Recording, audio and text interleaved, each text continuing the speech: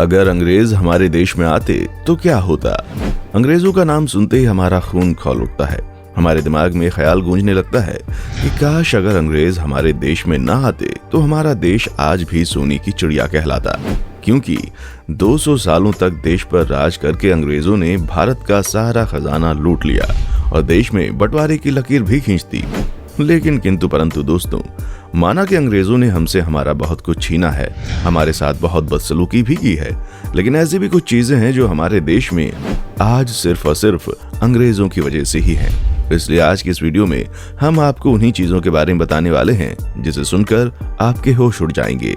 ये बात तो हम सभी बहुत अच्छे से जानते हैं कि अंग्रेजों ने न सिर्फ हमारे साथ बदसलूकी की बल्कि हमारी अच्छी खासी इकोनॉमी को भी पूरी तरह से तबाह कर दिया।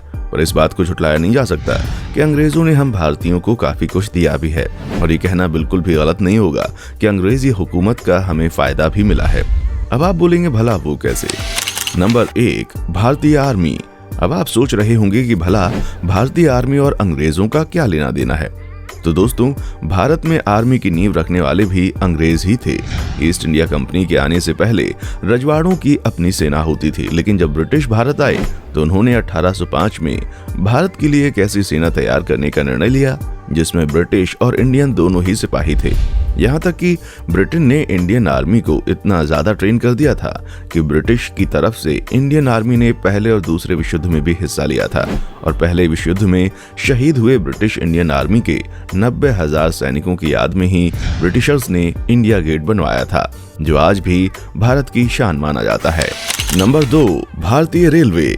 दोस्तों, आज भारतीय रेल नेटवर्क एशिया का सबसे बड़ा रेलवे नेटवर्क है जिसमें हर रोज 2 करोड़ से ज्यादा लोग सफर करते हैं। लेकिन इस बात से हम इनकार नहीं कर सकते कि ये अंग्रेजों की ही देन है। हाँ, भले ही इसकी नींव अंग्रेजों ने अपनी सहूलियत के लिए रखी हो, लेकिन दोस्तों इससे भारत को काफी फायदा हुआ है। जहां भारत की पहली ट्रेन 16 अप्रैल 1853 को दौड़ी थी, जिसकी चर्चा उस वक्त ब्रिटेन के अखबारों में भी हुई थी। मुंबई से लेकर ठाणे तक 34 किलोमीटर जितनी लंबी दूरी तय करने वाली ट्रेन दुनिया भर में चर्चा का विषय बन गई थी। ट्रेन का ये सफर भले ही बहुत छोटा था, लेकिन इस छोटे से सफर ने लंबे समय तक भारत में रेलवे की नींव रखी थी। सिर्फ इतना ही नहीं, भारत में एक ऐसी रेलवे लाइन अभी भी मौजूद है जिसका मालिकाना हक ब्रिटेन की एक निजी कंपनी के पास है और इसका इस्तेमाल करने के लिए भारत सरकार उस कंपनी को हर साल 1 करोड़ 20 लाख की रॉयल्टी अदा करती है। Number 3, cricket. दोस्तों, भले ही क्रिकेट भारतीय राष्ट्रीय खेल ना हो, लेकिन जब बात क्रिकेट की आती है तो पूरा देश एक अलग ही जुनून में आ जाता है। यहाँ पर भारत की जीत को त्योहार की तरह मनाया जाता है और अगर मैच भारत पाकिस्तान के बीच हो तब तो नजारा कुछ और ही हो जाता है। लेकिन क्रिकेट के प्रति अपनी ये नाराजगी दिखाने से पहले जरा ये भी तो जान लें कि क्रिकेट के खेल को हमारे देश में अंग्रेजों ने ही शुरू किया था। शुरुआत में अंग्रेज टाइम पास के लिए क्रिकेट खेला करते थे और लोगों का कहना है भारत में क्रिकेट की शुरुआत 1721 में हुई। पर यह बात भी सच है कि 1792 से पहले भारत में एक भी क्रिकेट क्लब नहीं था। कोलकाता की ईडन गार्डन में पहला क्रिकेट क्लब शुरू किया गया था, पर तब के समय में भारतीयों की एंट्री बैन थी। हालांकि इसके 5 साल बाद पहला क्रिकेट मैच ऑर्गेनाइज हुआ जिसमें हम भारतीयों ने पहली बार अपने हाथों में बल्ला पकड़ा और उसके बाद से तो हम क्रिकेट में कितनी धूम मचा रहे हैं ये तो किसी को बताने की जरूरत ही नहीं है। दुनिया के सबसे शानदार खिलाड़ी आपको भारत में ही देखने को मिलेंगे, फिर चाहे वो क्रिकेट के भगवान सचिन तेंदुलकर हो या फिर कैप्टन कूल कहे जाने वाले महेंद्र सिंह धोनी। वैसे दोस्तों, आपका फेवरेट क्रिकेटर कौन है, महेंद्र सिंह धोनी या फिर विराट कोहली? अपना जवाब हमें कमेंट सेक्शन में आकर जरूर दें। नंबर 4, हिल स्टेशन का विकास। खुला आसमान और बर्फ से घिरी वादियां हर किसी को अपनी ओर आकर्षित करती हैं और जब पूरे देश में तपा देने वाली गर्मी पड़ती है तो आकर्षण और भी ज्यादा सुहाना लगता है। वैसे हम अकेले नहीं हैं जिन्हें हिल स्टेशन से इतना प्यार है, बल्कि अंग्रेजों को भी भारत के पहाड़ों और वादियों से कुछ खास ही लगाव था और उसी का नतीजा है कि आज हमारे देश में ऐसे कई सारे हिल स्टेशन हैं जो हमारे शहरों से कई मामले में आगे हैं। कहते हैं कि ब्रिटिशर्स को शिमला में अपने देश की तस्वीर दिखती थी। अंग्रेजों को शिमला इतना ज्यादा पसंद आया कि उन्होंने इसे हूबहू इंग्लैंड की तरह बनाने की ठान ली। शिमला अंग्रेजों की समर कैपिटल थी और यहाँ आसानी से पहुंचा जाए, इसलिए शिमला कालका टॉय ट्रेन भी शुरू कर दी गई थी, जो आज भी शिमला घूमने आए सैलानियों की पहली पसंद है। और अकेले शिमला ही ऐसा हिल स्टेशन नहीं है जो अंग्रेजों को पसंद था। शिमला के अलावा लैंडफ्लोन एक ऐसी जगह है जिसे अंग्रेजों ने पहाड़ों से काट कर बसाया था और साथ ही उत्तराखंड की राजधानी देहरादून से लेकर मसूरी तक अंग्रेजों ने इसकी खूबसूरती में चार चांद लगाने में कोई कसर नहीं छोड़ी थी। उस वक्त अंग्रेजों ने मसूरी में 2 बार रेल की पटरी बिछाने की कोशिश की, परंतु पहाड़ गिरने के कारण सुरंग का काम पूरा नहीं हो पाया। और आप ये जानकर हैरान हो जाएंगे कि आज भी मसूरी तक ट्रेन पहुंच नहीं पाई है। Number 5, British architecture. दोस्तों, हम मुगलों के समय बनाई जाने वाली चीजों की चर्चाएं तो बहुत करते हैं, लेकिन ब्रिटिश आर्किटेक्चर भी किसी से कम नहीं है। फिर चाहे वो इंडिया गेट हो या फिर संसद भवन, यहाँ तक कि राष्ट्रपति भवन से लेकर गेटवे ऑफ इंडिया तक तमाम शानदार चीजें ब्रिटिश साल में ही बनाई गईं।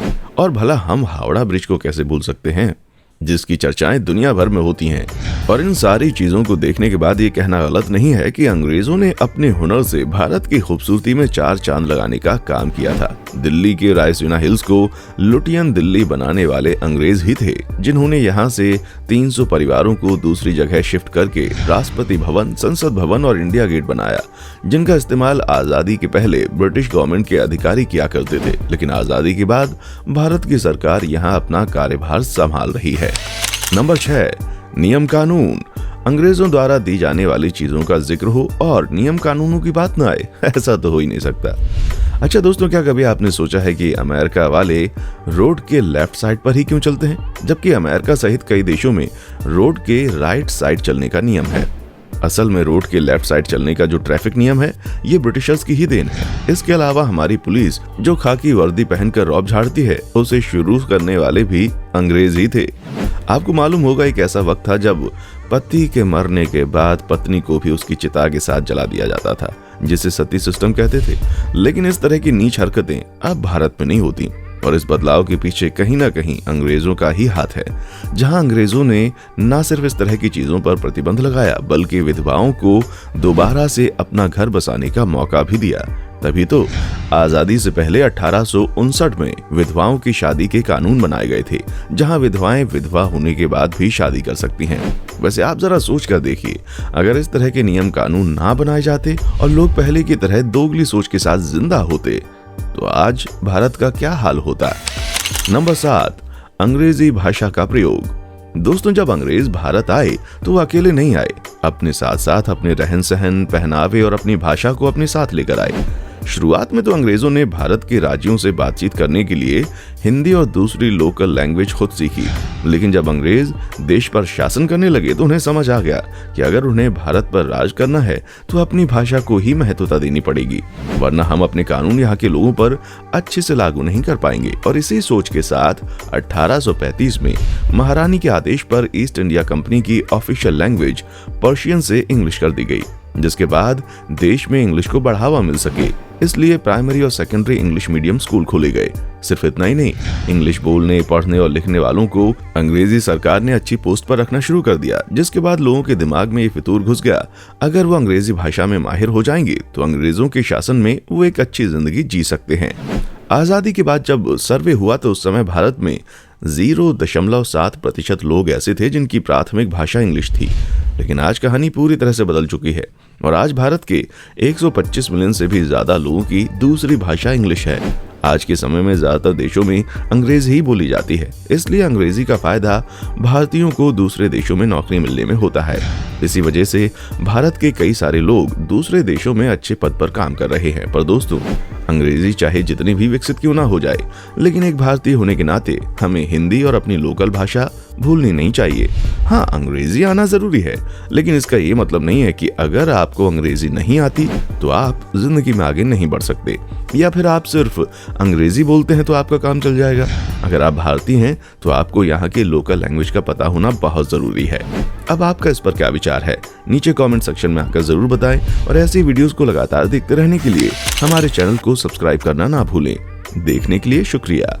दोस्तों, आपकी स्क्रीन पे 2 और वीडियोस दिख रही हैं, जिसे देखने के लिए आप इस स्क्रीन पर क्लिक करें। दोनों देखिएगा, बहुत अच्छी वीडियो बनी है।